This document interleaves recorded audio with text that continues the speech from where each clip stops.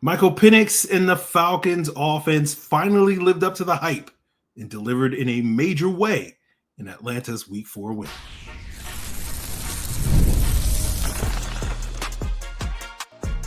You are Locked On Falcons, your daily Atlanta Falcons podcast.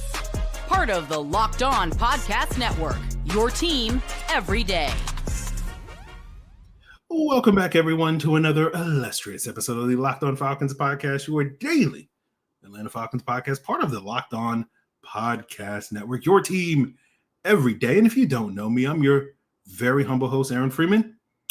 I've been covering the Atlanta Falcons for almost 2 decades, formerly at FalcFans.com, RIP. Still going strong on this podcast, and I thank each and every one of you that go strong with me as everydayers. That means you make this very humble podcast your first listen each and every day, and all you got to do to become an everydayer is subscribe or follow for free on YouTube or wherever you listen to podcasts.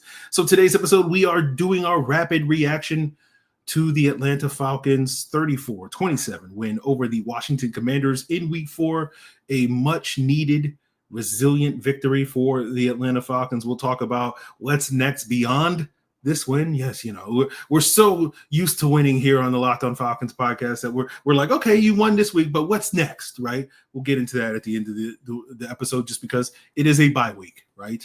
And so there are things that continue to work on, even when things work like they did on Sunday, but we'll talk about how the defense worked. We'll talk about the offense's outstanding day, and that's where we'll start off. We'll talk about Michael Penix, right? His resilience coming off of what many people, myself included, thought was the worst game of his short NFL career last week against Carolina. He argued, we'll see what the film says, but I would say this game is going to be in the running for the best game that he's played in his short game in Atlanta, where he was very efficient in this game. And, you know, we didn't have a lot of concerns about Michael Penix's ability to bounce back, the poise, the resilience, all those various things. We've seen the traits, we've seen that ability before, but you just got to go out there and prove it on the field, right? It's still early in his career. And, you know, the question was, how would he respond? Again, we were optimistic that he would respond well from last week's game, but we just didn't know. And what we got on Sunday against Washington was a two-pump performance. And that gets us to what we got to get into now, which is the Michael Penix pump meter, which is how we measure the young quarterback and his development. It was a 0 pump performance from him last week. It was the first 0 of his career. And I think, at least because we didn't have the pump meter last year, we probably would have given, we definitely would have given week 18 a 2-pump performance. But this is the first 2-pump performance of his 2025 season. And, you know, for those of you unfamiliar with the Michael Penix pump meter, there are 4 levels, right? There's 0 pumps, 1 pump, 2 pumps, 3 pumps, right? 0 pumps is a bad performance like we saw last week. 1 pump is just, okay, you did your job, you managed the game, you put the team in a position where it was winnable. 2 pumps is peak, right? 2 pumps is the maximum allowed pumps according to NFL rules. If you've seen that Key and Peele sketch from many, many years ago. And 3 pumps is too many. You're not allowed to do 3 pumps. And that's where we get a little bit too chaotic with or a bad performance from Michael Penix. I guess, last week probably should have been a 3-pump performance. Now that I sit here and think about it. Clearly, we're still workshopping. We're in the beta phase of the pump meter. So we're still working on it, I guess. Why did I give it 0 pumps? Probably because it was like other issues going on in the game. Yeah, I don't know what's going on with that. But definitely a 2-pump performance. We'll go revise last week's pump meter and whatnot. But, you know, you saw the offense living up to a lot of the hype that they had been getting all offseason in terms of, you know, being that team that could put up 30-plus points on a weekly basis. You know, I saw a lot of people reacting to this game. It's like, oh, good play calling by Zach Robinson.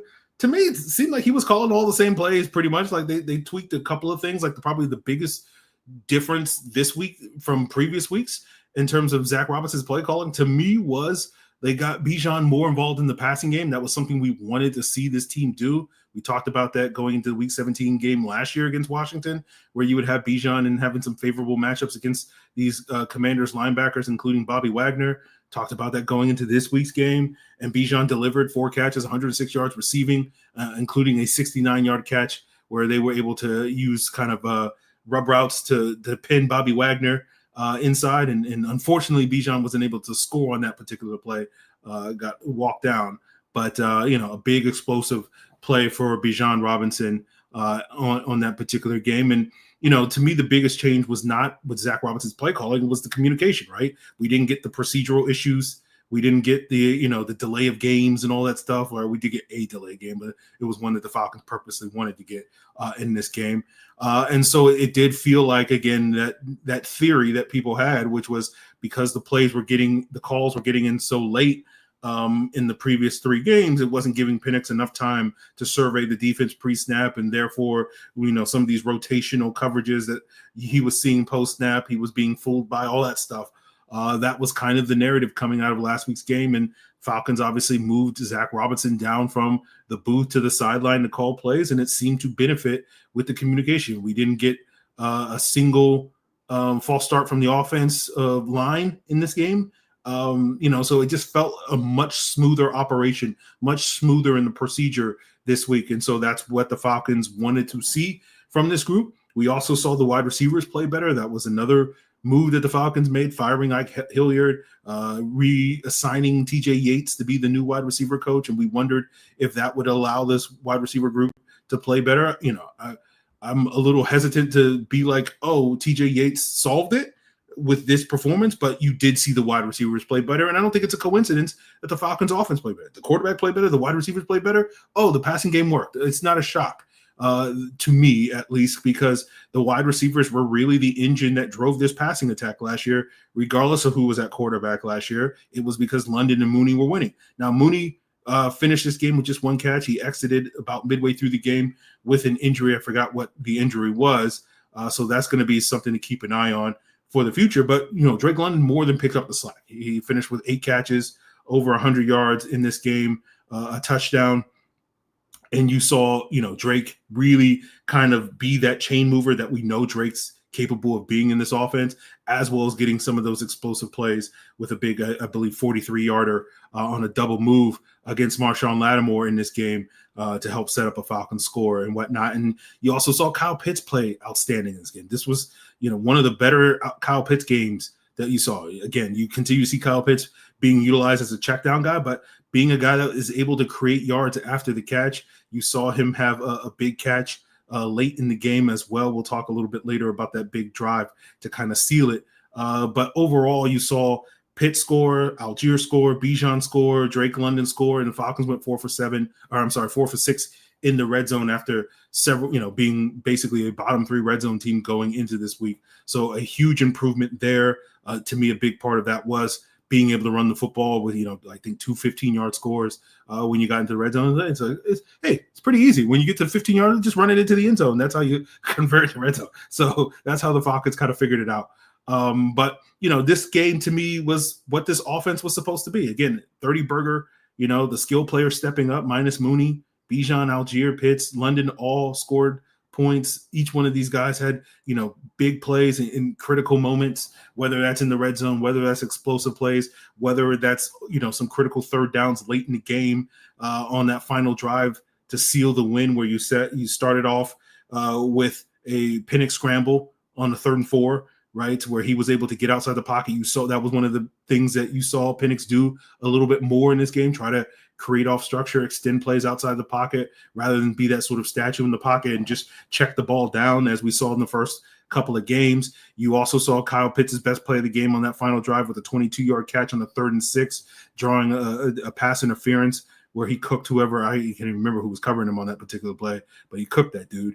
And then Drake London had an excellent sort of getting low and making a sideline catch on a 3rd and 7 where he looked really good. And so the Falcons ended that with a field goal, and that kind of sealed the win for them to give them a 34-24 lead with 2 minutes left to go in the game. But, that was a much needed sort of 7-minute drive to sort of close this thing out for the Falcons. And so to me, like, this was a game, and it'll be fun to go back and watch the film, but this was a game where the offense lived up to what we had been expecting from them. And, I joked on the Falcons post-game squad show where it's like, oh, is it a coincidence that it took them 3 games for the offense to figure it out, which is the same number of games that they play in this, crazy thing called the preseason. here in the NFL. Of course, we're gonna push narratives when we can here on Locked On Falcons. But it took them a while to kind of figure it out, and hopefully this is the version of the Falcons offense that we're going to see much more consistently. Ideally every week, but how the NFL goes, it's probably not going to be every week. But hopefully we'll see, for the remaining 13 games, we'll see this offense kind of show up for hopefully like 10 of them. And that's going to put this team in a really good spot by year's end if that is the case. So we will see if that is the case with the offense coming back on track. The Falcons were able to play with a lead, and that, I think, contributed a lot to the Falcons' defensive success. And we'll get into all of that as we continue today's Locked On Falcons. This episode is brought to you by PrizePicks, the daily fantasy app that's going to make you getting the right call actually pay off for you. We make decisions every single day, but on PrizePicks, when you're right, it means you cash in. PrizePicks is simple. It's fast. All you got to do is pick more or less on 2 to 6 player stat projections, right? And you can, watch your winnings and cash rake in. And then PrizePicks has now just added their stacks. So if you just feeling really great about Bijan Robinson or Michael Penix or Drake London or whatever, you can ride that one player and select their pass yards, their rush yards, or touchdowns all in one lineup. So check it out. Download the PrizePicks app today. Use code LOCKEDONNFL and you'll get $50 in lineups after you play your first $5 lineup. That's code LOCKEDONNFL for $50 in lineups after your first $5 play. PrizePicks, it's good to be right. And today's episode is also brought to you by Rugiet. Now, I know, guys, since we like to get our pump on here on the podcast, you've heard of Viagra and Cialis. Maybe you've even tried them, and they can help.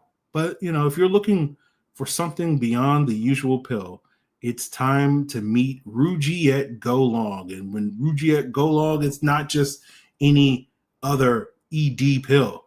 It's a total game changer when it comes to giving you the confidence you need to get your pump on. Go Long combines 2 doctor-trusted medications in one dual-action formula so that you can get pumped and go the distance with effects that can last up to 36 hours. That's a lot of pumping, right? And that's going to give you confidence all day, all night to get your pump on. So, if you're ready to level up your confidence in the bedroom, head to rugiet.com and use promo code LOCKEDONNFL, and you'll get $15% off your first order. That's rugiet.com. Promo code LOCKEDONNFL, and make sure you use our code so that they know we sent you. So let's talk defense. It was a solid performance for the defense. It'll be interesting to go back through the film and see some of the things that they were able to do schematically to lead to Washington having a much more up and down performance for this game. But as I said, I think the Falcons defense, while when you look at it objectively, when it comes to looking at some of the stats, you're like, oh, well, it wasn't a dominant performance for the Falcons. Even if they gave up 27 points, they didn't get a ton of pressure. They got some pressure in this game. We'll talk about how they didn't really do a great job stopping the run. But as Jeff Ulbrich said in the offseason immediately after the draft, it's we built this defense to play with leads. And the Falcons were able to get a lead, and this defense played a very good complementary football game. And so when we look at how the defense performed, this is probably not their best game of the season. It's probably their third best game of the season objectively when you just look at it in isolation. But when you look at it with that context of complementary football, it is one of the better performances they had. So when it comes to the pressure, it felt like the pressure was a little bit more there. I looked up some of the stats initially, and it only said that Mariota was pressured on 8 of his dropbacks. So that's well below 35% of his dropbacks he was pressured on. We'll see what the film holds up to. Typically, my pressure numbers are a little bit higher than PFF's pressure numbers, which I believe is where those numbers are coming from. But the Falcons finished with 2 sacks, 6 quarterback hits. Caden Ellis led the team, I believe, with 3 pressures in this game. He had a very good game, really, as a blitzer, really harassing Mariota a number of times and really disrupting him quite a bit in this game. And it led to Washington's struggles on third downs, right? They went 1 for 8 on third down conversions. The Falcons were able to get them into a number of third and longs, unlike last week where Carolina was consistently able to get into third and shorts. Again, if you've been a long-time listener of this podcast for the last year at least, we've spent quite a bit of time talking about down and distance being sort of critical to your success as a third down team. That basically, with the exception of that 22-yard scramble that Mario had early in the third quarter on a 3rd and I believe 14, the Falcons were for the most part able to get Washington behind the chains and get off the field consistently in this game. And some of the reasons why Washington was behind the chains wasn't necessarily because the Falcons were generating negative plays. Some of it was, like I know on I think the opening drive, they had like a 3rd and 16 or something like that. And that was mostly due to a Zach Harrison sack or something like that. Let me look it up real quick. Yeah, 3rd and 16. Yeah. So they did get some of those negative plays, but Washington also shot themselves in the foot, right? They had some penalties at times. I think there was like an OPI on Luke McCaffrey that set up one of those 3rd and longs as well. And so the Falcons, to me, that speaks to the Falcons being opportunistic, that when Washington made mistakes, the Falcons capitalized on those mistakes, right? You saw that with, not just the usual ways of being opportunistic, which is creating turnovers, where, Xavier Watts had an interception in this game. Unfortunately, the Falcons did not take advantage of that interception because Pennix threw an interception right after that, his interception. But it was a nice play for Xavier Watts because the lasting memory of this game was going to be, oh no, Xavier Watts getting trucked by Chris Rodriguez on a 48-yard run that helped set up a score for Washington, their first touchdown of the game to start the second quarter. I believe that run was the last play of the first quarter. But Watts was able to make up for it later in the game in the third quarter with that interception on an overthrow from Marcus Mariota in the end zone, showcasing the range and instincts and, ball hawking skills and whatnot. Now, speaking of Watts getting trucked, the run defense, again, wasn't great in this game. Looking at the stats, I saw Washington's success rate in this game was about 55% on the ground. Most of that coming in the second half. I believe they were like a 75% success rate because they started getting Bill Krosky Merritt the ball in the second half after mostly feeding Chris Rodriguez in the first half. And once Krosky Merritt got in the game, particularly late in the game, he was able to help keep that offense ahead of the chains a little bit more effectively. And the Falcons, need to tighten up a little bit. We've been talking every week about the run defense not being ideal, but because the Falcons were able to play with a lead, it didn't necessarily hurt them in the ways it would have if the offense had only scored 17 points and we needed them to get a stop and get the ball back so that the Falcons could score. So it's one of those things where it's still something, the run defense still remains a work in progress. But again, this is kind of the complementary style of football the Falcons want to play. It's like, okay, well, we'll concede yards on the ground because the clock is against you when at that point, especially at that drive at the beginning of the fourth quarter, where Washington was able to go down the field and score a touchdown to cut it to 7. But, with the Falcons up 2 scores prior to that drive, the clock is your enemy at that point in Washington going on like a 6.5-minute drive or whatever it was at that point in time to, potentially their run game taking away, 1 or 2 possessions. If you typically think of a possession being 2.5 to 3 minutes long, typically in the NFL, like you go on a 6.5-minute drive, that's 2 to 3 possessions worth of time. So you're losing a possession. So the clock is not your friend. So it's not to say like, oh, the Falcons are purposely giving up the run, right? Obviously you would want to stop the run and get the ball back and score more points. But it is one of those things where even though the run defense wasn't as good during that stretch of the game, it's not as disadvantageous as it would be earlier in the game, especially if the Falcons were playing from behind. So we'll talk about a couple of standout individuals. I want to give a shout out to Mike Hughes. I thought he played well. He did give up that touchdown to Deebo Samuel, on that fade to cap off that drive that we're talking about at the beginning of the fourth quarter, 24-yard touchdown. But outside of that, I thought Mike Hughes played really well in this game, particularly in contrast to D. Alford, who I thought came back down to earth after a solid, I know other people were heaping more praise on D. Alford last week for his performance, but I was like, hey, there's still some yellow flags here on D. Alford's film that I don't think is going to go as well against, D. Alford wants to play physically. And so he's able to get away with that a little bit more against Tetero and McMillan than he can against like the guys he was facing in this game, and you kind of saw those issues spring up from time to time with the penalties and the grabbiness and whatnot. Like, they'll let him play when he's dealing with a 6'5", 230-pound wide receiver.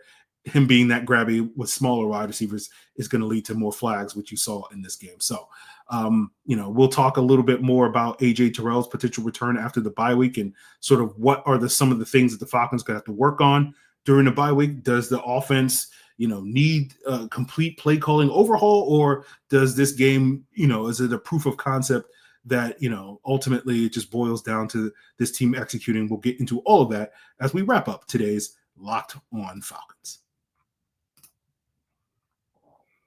So today's episode is also brought to you by 5 Hour Energy. Caffeine just got a flavor upgrade, and 5 Hour Energy shots are going to deliver tasty caffeine in 17 bold flavors. Each 2-ounce shot packs the caffeine of a premium 12-ounce cup of coffee, plus B vitamins and nutrients with 0 sugar and 0 crashes.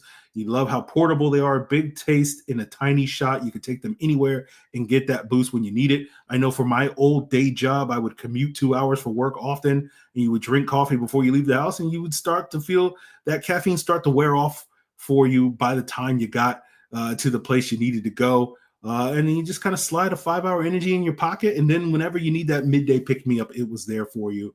And back in those days, I was all about the berry flavor, but now they have so many different flavors: peach mango, Hawaiian breeze, the transfusion flavor. So enough with the boring, flavorless caffeine. It's time to give your caffeine a flavor upgrade with 5 Hour Energy shots. Get your favorites that you love, or be bold and try something new in-store and online at 5hourenergy.com or Amazon today. And today's episode is also brought to you by FanDuel. With the NFL season here, FanDuel is going to make sure you're ready with this can't-miss offer right now. New customers can bet just $5 and get $300 in bonus bets if you win. That's right. Pick a bet, put down $5, and if it hits, you'll unlock $300 in bonus bets to use all across the app. And with FanDuel, there are so many different ways that you can win across the app, whether it's picking the spread straight up, picking your money line, which is a straight-up pick. You want to pick a same-game parlay. You want to pick a player prop. All of those things are available. So what are you waiting for? All you have to do is go to FanDuel.com, download the FanDuel app today to get started. FanDuel, play your game. So, we'll unpack a little bit more in this win in the coming days this week, but we have the Falcons getting a much-needed win to get their season back on track, headed into a bye week. I know everybody was panicking coming off that Panthers loss. We weren't necessarily panicking. We were certainly disappointed, don't get me wrong, with the performance. My personal pet theory on why there was the panic level, if we're doing pump meters, the panic meter was very, very high here in Atlanta, was just because people had spent so much of the offseason talking trash to Panthers fans online. So, the fact that the Falcons got, absolutely obliterated by specifically the panic, like if it would have happened to literally any other opponent, I don't think the panic would have been as high. But I think, particularly online, because people spent so much time talking trash back and forth to Panthers fans since that Week 18 game, over the last 9+ months. They felt an extra type of way about it. But, this win, I think, gives the Falcons some momentum going into the bye week. I'm not going to say it saves their season, because I don't think their season was in as dire a situation as people made it out to be, where, we're at a point now with the Falcons, and fair or unfairly, where every loss is going to cause people to be like, why does Zach Robinson still have a job? Why does Raheem still have a job? Why does it, where every week, like every game, every poor performance is going to result in some subset of fans calling for someone to lose their job every single Monday. Because you saw Ike Hilliard get fired and it seemed the team respond to it, like it's hard to say like, hey, it doesn't work. So we'll see if the Falcons, get this boost of confidence, get this boost of momentum. But to me, a lot of ways, this game is kind of a proof of concept of like, see, we didn't really change the offense. We just tweaked some things. And it led to greater success. And this is the type of team we just needed time to figure it out. And we'll see if the Falcons can deliver on those expectations coming out of the bye week. They got a Monday night game against Buffalo in Week 6 at home.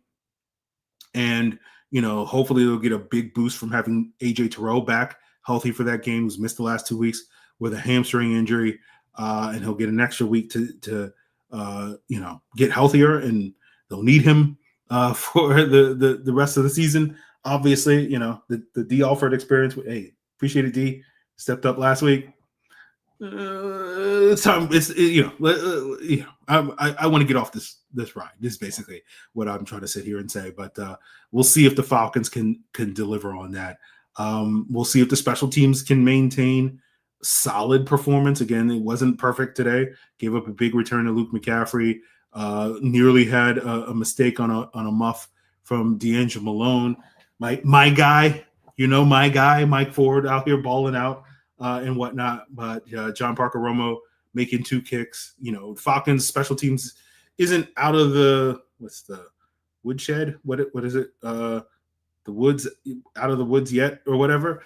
I don't know these phrases. But it was a nice win to give them to calm the waters, at least going into this bye week. So we're not sitting here going like, okay, well, Ben Sauls has got to come out there and kick, in week 6 against Buffalo or whatever. So we'll see if they can continue this momentum moving forward. I know one of the topics that we'll get into over the bye week is the whole pistol versus shotgun versus under center stuff. That has been a big talking point over the last month. In my humble opinion, far too big a talking point. It's kind of, we're not going to get into it on today's episode, but we'll devote an episode to it at some point in the next week or two, in the next 10 days. But it's, to me, very clear that a lot of people don't understand why you have different QB alignments, which is fueling a lot of, it's to me, it's a lot of ignorance. It's fueling this like anti-pistol rhetoric and whatnot, but it is what it is. So we'll get into it at some point, later this week or early next week on the podcast. So look forward to that. Good win for the Falcons. Looking forward to a calm bye week, where we're not looking to fire the coaches this week again. We'll see what happens on Monday night coming out of the bye week in 2 weeks. But, it's a good win for the Atlanta Falcons, sort of calming the waters. And hopefully, after, an up and down first month of the season, I don't know if we'll get Kirktober, quite yet. But, good things tend to happen to the Atlanta Falcons in the month of October in recent memory. So we will see if that trend continues with Michael Penix at the helm. So continue to make Locked On Falcons your first listen by checking us out on YouTube or wherever you listen to podcasts. And of course, for your second listen, if you want to get the scoop on what happened everywhere else this past Sunday, Locked On NFL will have you covered for that as well. And it's all part of the Locked On Podcast Network, your team every day.